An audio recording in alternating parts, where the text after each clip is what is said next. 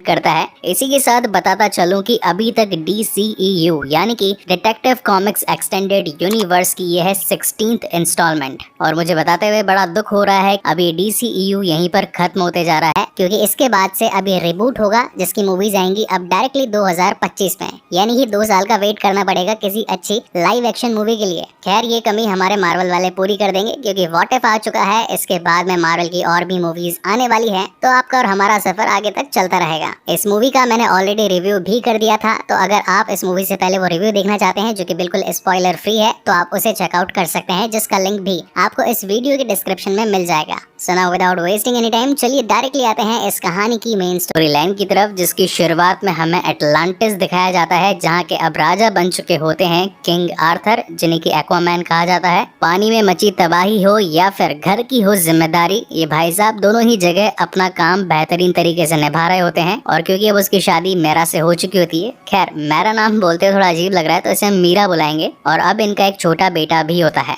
मगर अब क्योंकि आर्थर ने अपने जीवन के ऑलमोस्ट सारे ही पल हंसी खुशी वाली जिंदगी धरती पर बिताई थी, तो उसे अब पानी वाली दुनिया ज्यादा रास नहीं आती और ये किंग एटलांटियन वाला काम थोड़ा बोरियत भरा लगने लगता है उसे। अब यहाँ पर कुछ सिमिलर वर्ड्स हैं जो कि आप लोगों को बहुत परेशान करेंगे, तो उन्हें मैं आपके लिए सिंप्लीफाइड कर देता हूँ, जिनमें आते हैं एटलन, एटलाना, एटलांटिक, एटलांटिस और एटलांटियंस। अब इनका मतलब क्या होता है वो भी बता देता हूँ। एटलन यानी कि किंग एटलन, जो कि आज से 1000 साल पहले पानी और इसी के साथ 7 अलग अलग राज्यों पर राज किया करते थे। उन्हीं में से एक राज्य खो चुका था जिसके ऊपर ये मूवी बेस्ड है, यानी कि लॉस्ट किंगडम पर। एटलाना जो कि अभी आर्थर की मम्मी है, उन्हें क्वीन एटलाना के नाम से भी जाना जाता है। इनकी शादी एटलन के ही घराने में ऑर्वेस नाम के एक एटलांटियन से हुई थी, तो इस वक्त वो भाई साहब किंग थे, तो एटलाना बन जाती है क्वीन। एटलांटिक जो कि नॉर्मली अटलांटिक ओशन है, एटलांटिस जो कि है द किंगडम ऑफ एटलांटिस। इसी के साथ बताता चलूं कि ये मूवी जो है टोटल 7 राज्यों में डिवाइड हो चुकी थी, तो उनके नाम क्या है।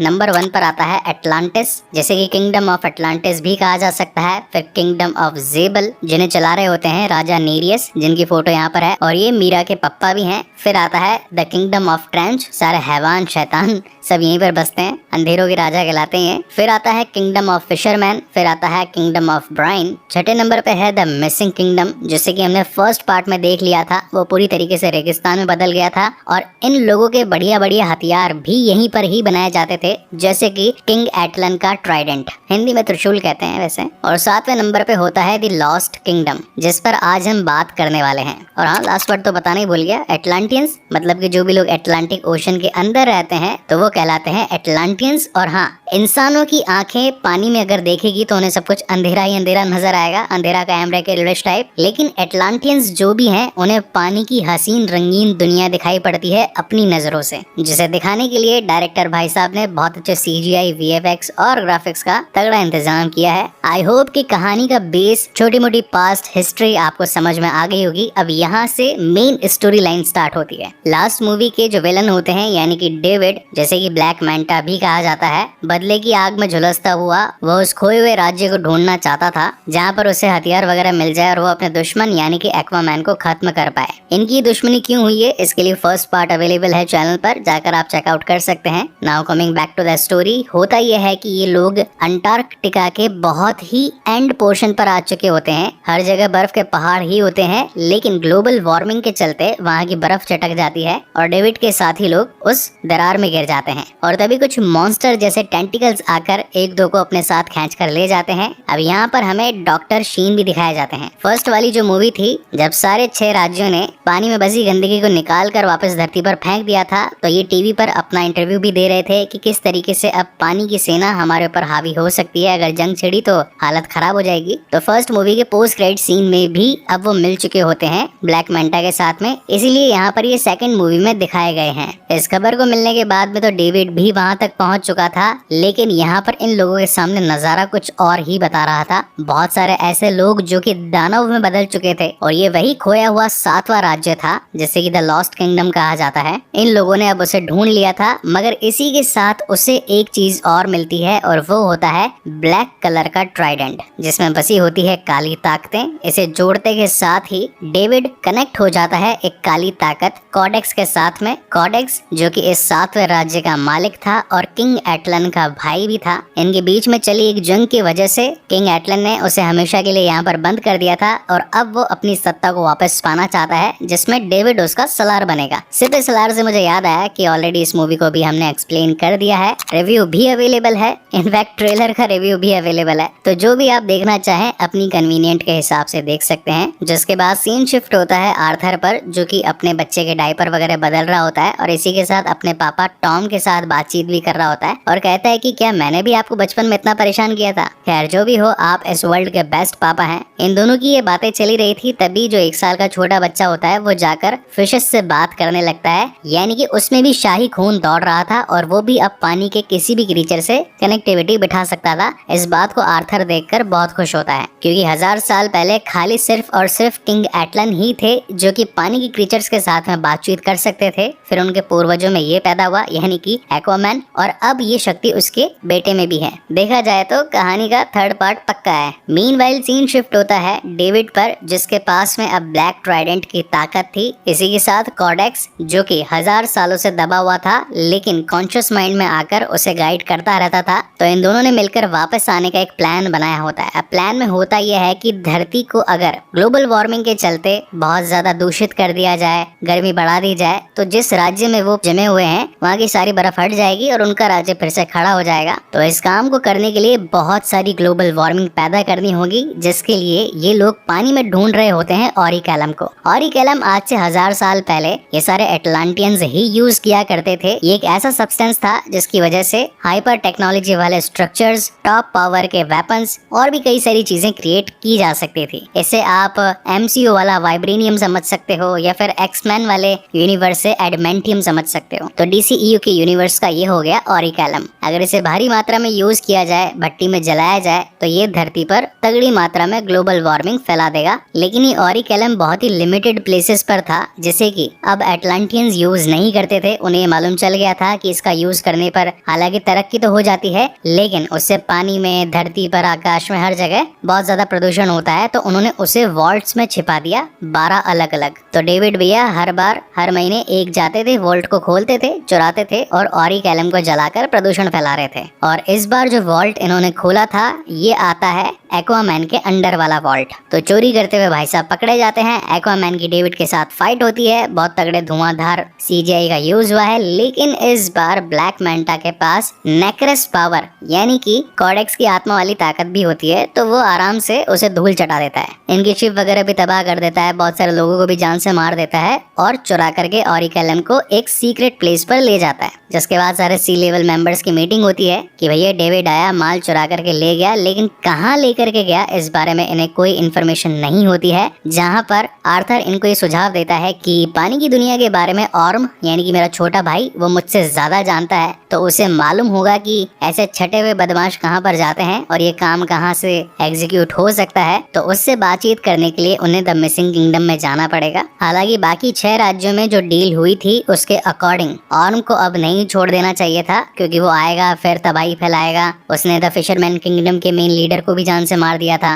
लेकिन आर्थर भैया कहते हैं कि यार देखो, ये बात आपके और हमारे बीच में ही रहेगी कि मैं उसे छुड़वाने जा रहा हूँ या बात करने जा रहा हूँ, क्योंकि अगर ये बातचीत हुई नहीं, मुझे पता चलेगा नहीं, तो हो सकता है ये दुनिया कहीं खत्म ना हो जाए। लेकिन वहाँ जाना खतरे से खाली नहीं था, क्योंकि किसी और राज्य को इस बारे में मालूम चला तो एक बड़ी जंग भी छिड़ सकती थी। इसलिए इस बार एक्वामैन को कुछ नए गैजेट्स दिए जाते हैं, जिनमें होता है एक उसका बहुत ही लेटेस्ट वाला सूट। इस सूट की सबसे खास बात ये होती है कि 1 मिनट के लिए एक्वामैन को पूरी तरीके से इनविजिबल कर सकता है इन टर्म्स ऑफ आकाश, धरती और पानी। तो काफी मुश्किलों के बाद में ये लोग पहुंच जाते हैं ऑर्म को छुड़वाने के लिए। ऑर्म की हालत इस वक्त बहुत ज्यादा खराब हो चुकी थी। वो कुपोषित वाला क्रिश्चियन बेल बन चुका था, जिसकी हड्डियां तक दिख रही थी। आर्थर कहता है कि भाई मैं तुझे बचाने के लिए आया हूँ, धरती पर एक खतरा आ चुका है जिसका नाम है ब्लैक मैंटा। उसकी पावर्स अब डबल हो चुकी है, दुनिया के किस कोने में बैठा है हमें नहीं पता, इस काम में तुम ही मेरी मदद कर सकते हो। मगर इतने में ही वहाँ के गार्ड जिन पर हमला कर देते हैं, ये लोग वहाँ से जान बचाकर भागते हैं। इनको 2 क्रीचर भी मिल जाते हैं जो कि दिखने में कुछ केचुए जैसे दिख रहे थे, हाथ पैर बड़े ही ज़ॉम्बी जैसे थे और फेस इनका ड्रिलिंग वाला था, मतलब चट्टान और मिट्टी में आराम से छेद कर सकते थे। तो उनकी मदद से ये दोनों भागते हुए उन गार्ड से दूर पहुंच जाते हैं। लेकिन तब तक गार्ड्स की संख्या बढ़ चुकी थी, उनके पास में भी वही वाले क्रीचर होते हैं, तो ये लोग झगड़ा करने के लिए आ जाते हैं। लेकिन इसी बीच ऑर्म को मिल जाता है समुद्र का पानी और जैसे ही भैया को पानी मिलता है वो बन जाते हैं ऋतिक रोशन। मतलब ये पानी वाले क्रीचर हैं, तो पानी को छूते हैं तो इनके घाव वगैरह भर जाते हैं, ये लोग अच्छी तरीके से हील हो जाते हैं, इनकी बॉडी वापस से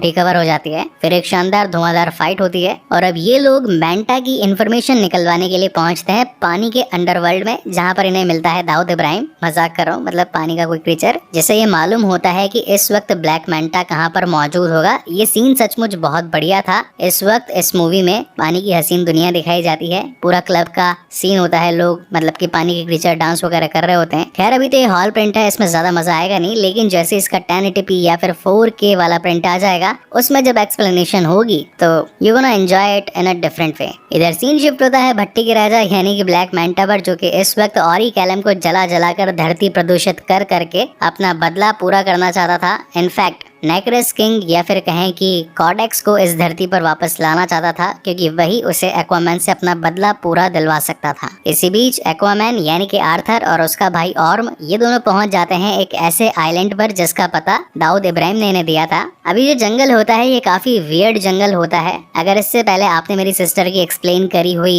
जुमांजी पार्ट 2 या फिर the centre of the earth ऐसी मूवीज देखी होगी तो इन जंगलों के बारे में आपने काफी जाना होगा। यहाँ के जो क्रीचर होते हैं अलग तरीके से बिहेव करते हैं, इनका साइज भी छोटा बड़ा होता है। यहाँ पर एक फनी इंसिडेंस होता है जहाँ आर्थर कहता है कि धरती का चीज बर्गर, कोक, फ्राइज ये सब खाने में बहुत ज्यादा लजीज हैं, पानी में इतनी टेस्टी चीजें नहीं मिलती। तो ऑर्म कहता है कि ये चीज बर्गर और ये कोक वगैरह क्या होता है। तो वहाँ पर आर्थर एक कॉकरोच जा रहा होता है, उसे कहता है कि ये खा ले, ये बहुत टेस्टी है। ऑर्म उसे खा भी लेता है और उसे लगता है कि हाँ ये तो सचमुच टेस्टी है, धरती का खाना लाजवाब है। लेकिन तभी कुछ मधुमक्खियां इनके पीछे पड़ जाती है। आर्थर अपना दिमाग चलाते हुए एक मूर्ति को गिराकर आगे जाने का रास्ता बना लेता है। सॉरी, मधुमक्खियां नहीं होती, वो टिड्डे होते हैं। और टिड्डे फुदक फुदक कर जब इनके पास तक पहुंच ही रहे होते हैं, आर्थर नीचे का रास्ता तोड़ देता है जिससे कि सब टिड्डे नीचे गिर जाते हैं। यहाँ डॉक्टर शीन को ब्लैक मैंटा के बारे में सच्चाई मालूम चल जाती है कि वो नेक्रस से अपनी काली ताकतों को मंगवा रहा है, कॉडेक्स उसके साथ मिला हुआ है, ये लोग पूरी धरती को खत्म कर देना चाहते हैं, इसलिए कहीं ना कहीं अब वो बैकआउट करना शुरू कर देता है। इन बिटवीन ये दोनों भाई लोग यहाँ पर पहुंच जाते हैं, तगड़ी फाइट होती है। फाइट सच में बहुत लंबी है, बहुत बढ़िया है,